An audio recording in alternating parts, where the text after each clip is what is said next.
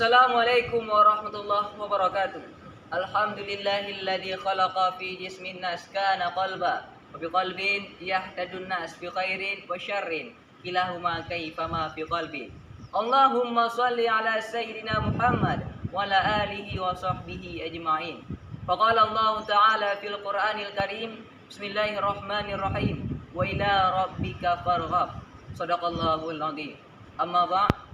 Penghormatan kepada moderator, seterusnya kepada hadirin jamaah pendengar yang Allah muliakan. Sahabatku yang dimuliakan Allah, ketika Allah menciptakan Nabi Adam alaihissalatu wassalam, seterusnya menciptakan alam semesta, maka berinisiatif Allah menaruh Nabi Adam ke dalam dunia, membolak-balik tubuh Nabi Adam sehingga jadilah tubuh yang sempurna.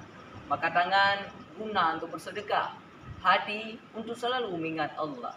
Tapi ibadah demikian tak akan terjadi dikarenakan satu organ yang ada di dalam badan.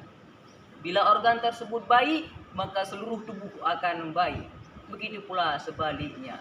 Maka hakikatnya hati yang akan menjadi pembahasan kali ini. Akan Allah, coba kita pikirkan kembali bahwa kita manusia terciptanya dari tetesan air yang hina, berganti menjadi alaqah, berubah menjadi mudghah.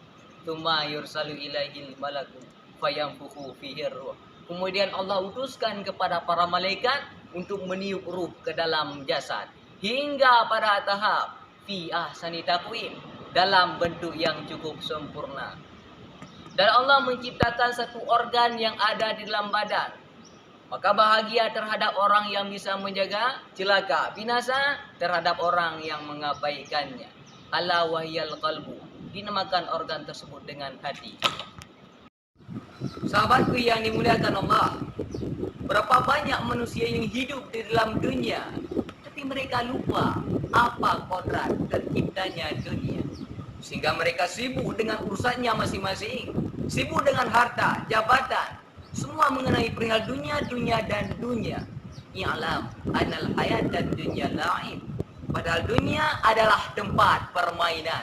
Wal'as, innal insana lafi khus. Tinggi masa, sungguh manusia dalam keadaan kerugian. Illal ladzina amanu wa 'amilus shalihat. Terkecuali orang-orang yang beriman kepada Allah. Apa makna iman? I'tiqadu bil qalbi wa iqraru bil lisan.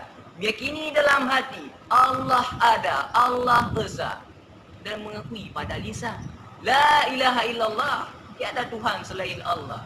Maka sekarang ketika kita melihat seorang yang tampan, taruhlah contoh seperti Cristiano Ronaldo, seorang atlet pemain bola. Dia sudah tampan dan juga dermawan. Buktinya pada suatu ketika dia rela menyerahkan sepatu emas miliknya kepada rakyat Palestina yang terkena musibah. Secara logika, dia tuh dermawan. Oh, dia yang beriman. Pada secara hakikat, no, tak semudah itu, brother. Innallaha la yanzur ila jazamikum wala amwalikum. Allah tak melihat bagaimana rupamu, bagaimana bentuk tubuhmu, seberapa banyak hartamu. Walakin ila qulubikum. Tetapi yang Allah lihat bagaimana hatimu. Kita beralih kepada perasaan. Seringkali kita berharap lebih kepada manusia, dalam tanda kutip untuk mendapatkan sesuatu yang kita inginkan. Sehingga ketika harapan itu sirna, tak kunjung sampainya, maka konsekuensinya ialah kecewa. Maka imbas daripada semua itu ialah lupa terhadap Sang Maha Pemberi harapan. Padahal jelas Allah katakan dalam surah Al-Insyiqaq ayat 8, wa ila rabbika farghab. Berharaplah kepada Allah Ta'ala. Maka saudara-saudara, ketika kita berharap kepada manusia, engkau kecewa, berharap kepada Allah, engkau bahagia.